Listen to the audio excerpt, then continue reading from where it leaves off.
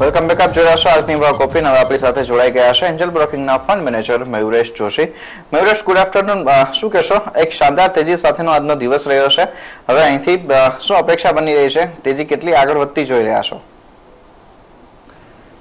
Afternoon, Vikram. મારા હિસાબે I think જેટલા પણ ફેક્ટર્સ હતા in the premise that earnings improve થશે Q3 Q4 માં, I think the markets have taken that into the stride. જેવી US ડેટાનો આઈ થિંક નંબર્સ આવ્યા ફ્રાઈડેમાં, આઈ થિંક એક એડિશનલ ફિલિપ મળ્યું માર્કેટ્સને. ત્રીજી વસ્તુ આઈ થિંક જેવી રીતે લિક્વિડિટી આઈ થિંક એક ગસ્ટ છે અને ફ્લો આવે છે and that will expected to continue. મારા હિસાબે I think the market momentum will still continue. એટલા માટે આઈ થિંક તો valuations might look expensive at the current juncture. Liquidity માટે I think the markets will keep on inching higher. સાથે જ વૈશ્વિક બજારોની જ્યાં સુધી વાત કરીએ તો યુએસ માર્કેટની અંદરથી ઇન્ટરેસ્ટ રેટ વધવાનું જોખમ હમણાં જે રીતના ટળી ગયું છે અને હવે અહીંયા ડિસેમ્બર સુધી તો કોઈ શક્યતાઓ નથી દેખાતી. લિક્વિડિટી ડ્રીવન આપણે બજારને આગળ વધતું જોઈ રહ્યા હતા એવી આપણે જે ચર્ચા કરી હતી. હવે તો અહીંયા લિક્વિડિટીનો થોડો વધારો ઉમેરો થશે તો શું લાગે છે આ સિરીઝની અંદર જ આપણે નવા લાઈફ હાઈ તરફના લેવલ્સ જોઈશું? Possible, Vikram, but મારા હિસાબે આઈ થિંક જેવી રીતે એક પુશબેક થયું છે because of the data of the Fed hike. બીજી વસ્તુ આઈ થિંક જેવી રીતે Indian government itself I think reform processes initiate કરી રહી છે.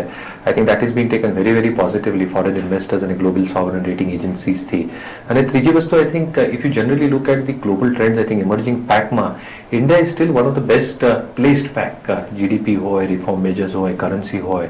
તો મારા હિસાબે I think the additional liquidity push through જ્યારે પણ આવશે and which is continuing, I think India will still remain as one of the favorites within the emerging pack as a diversification strategy. So, my side, I think the momentum will continue, but it will cross all-time highs in this series. I'm not too sure, but I think the positive momentum in the markets will continue. Stock specific એક્શન્સની વાત કરીએ. આજના દિવસમાં major contribution positive સાઇડનું આપણે જોઈએ તો bank counters તરફથી આવતું દેખાય છે. એમાં પણ પ્રાઇવેટ સેક્ટરમાં એક્સિસ, આઈસીઆઈસીઆઈ અને યસ બેંક આપણને મેજર લીડ લેતા દેખાયા હતા.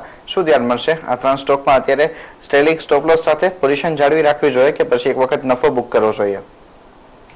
Yeah, I mean, viewpoint ઉપર છે વિક્રમભાઈ. આઈ થિંક અમારું શોર્ટ ટર્મ હોય તો I think the stocks definitely have moved up in a substantial manner, પણ લોંગ ટર્મ વ્યૂ હોય અને નીચેથી લેવલ્સથી I think if you are holding on to the stocks, મારા હિસાબે I think we have not entered into a cycle where credit growth is not even into double digits. તો મારા હિસાબે as credit growth cycle starts picking up and with that cycle picking up, credit cost ઓછી થશે. બીજી વસ્તુ I think with advances expected to grow at a very fast pace, specifically the retail advances, I think the asset quality risk I think slowly and steadily will start receding. And the ત્રીજી વસ્તુ I think though valuations of a little bit of these private sector banks might look stretched, મારા હિસાબે I think the earnings momentum which starts sustaining can still have a re-rating onto these stocks. એટલા માટે I think જ્યારે આપણે recommendation હતા in terms of holding on to private sector banks, I think that recommendation still holds.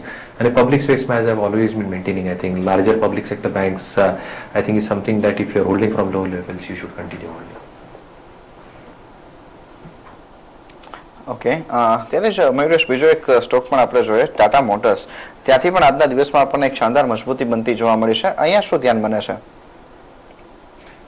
Numbers તો I think in line જ હતા અને તમે જોશો તો આઈ થિંક જેવી રીતે આઈ થિંક જેએલઆરના નંબર્સ આવ્યા છે, I think the momentum on that front will continue. બીજી વસ્તુ તમે જો કે આઈ થિંક જે EBITDA માર્જિન્સ છે અને if one really assumes the kind of hit that it might take because of the Brexit, I think it's too early to call on what kind of hit it will take on both those counts, either on the forex impact or બીજું sourcing અને outsourcing impact. ત્રીજી વસ્તુ I think even on the domestic front I think નવા launchesની expectation છે which should provide support in terms of both the PV and the MHCV market holding up. તો મારા હિસાબે I think consistency in JLR numbers, improvement in EBITDA margins, and largely I think even if you look at ex-China, the US હોય, UK હોય, European markets હોય, I think the numbers have been very encouraging. તો જેવી રીતે મારો પહેલો પણ call હતો, I think investors holding on to stocks should definitely hold on to stocks like Tata Motors as well as Tata Motors DVR. Okay, ત્યારે જ મયુરેશ TCS આ ગ્રુપની એક કંપની જોઈએ તો જે આજના દિવસના આજના અક્રોસ ધ બોર્ડ માર્કેટમાં ખરીદદારી હતી ત્યારે પણ આ કાઉન્ટર એક વેચવાલી તરફ દેખાયું, 0.5% સુધીનો ઘટાડો હતો. શું લાગે છે ફ્રન્ટ લાઈન આઈટી કાઉન્ટર્સ માટે હજુ પણ ચિંતા બનેલી છે? એટલે આજે તમે જોશો આઈ થિંક જેવી રીતે Q1 ના નંબર્સ આવેલા I think wage cost, visa hikes, જેવી રીતે કેન્સલેશન્સ થયેલું એક કોન્ટ્રાક્ટનું ઇન્ફોસિસ માટે, I think there were some pressure points કે આઈ થિંક બ્રેક્સિટનું ફોલ આઉટ કેવી રીતે થશે and whether will be actually able to meet their guidance.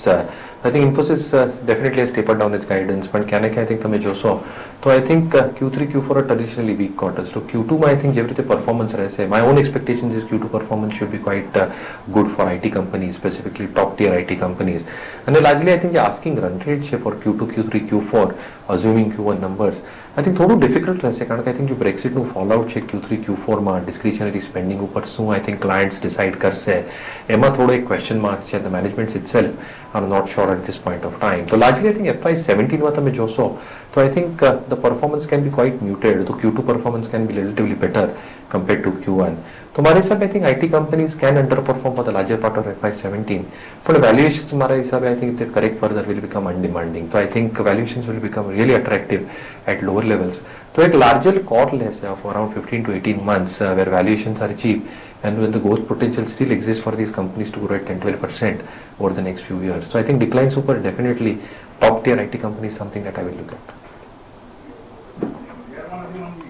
Okay, Dhiraj, Mayuresh, રજા લેવાનો સમય થયો છે, કોઈ ડિસ્ક્લોઝર રહેશે આપના? ચર્ચા કરી મારી પોતાની હોલ્ડિંગ નથી, પણ ક્લિયરલી આ બધા સ્ટોક્સ ક્લાયન્ટ સાથે ડિસ્કસ કર્યા હોય એન્ડ ઇટ ઇઝ પોસિબલ કે I think any of the stocks that we have discussed we might be holding on behalf of our clients in our PMS schemes. Okay, ઘણો આભાર મયુરેશ, આપનો સમય ફાળવી અહીંયા અમારી સાથે જોડાવા બદલ અને આ સમગ્ર ચર્ચા કરવા માટે. અને આ સાથે જ હવે આજની ભાવ કોપીમાં અત્યારે બસ આટલું જ. આગળ વધુ સમાચારો અને અપડેટ માટે આપ જોડાયેલા રહો CNBC બજાર સાથે.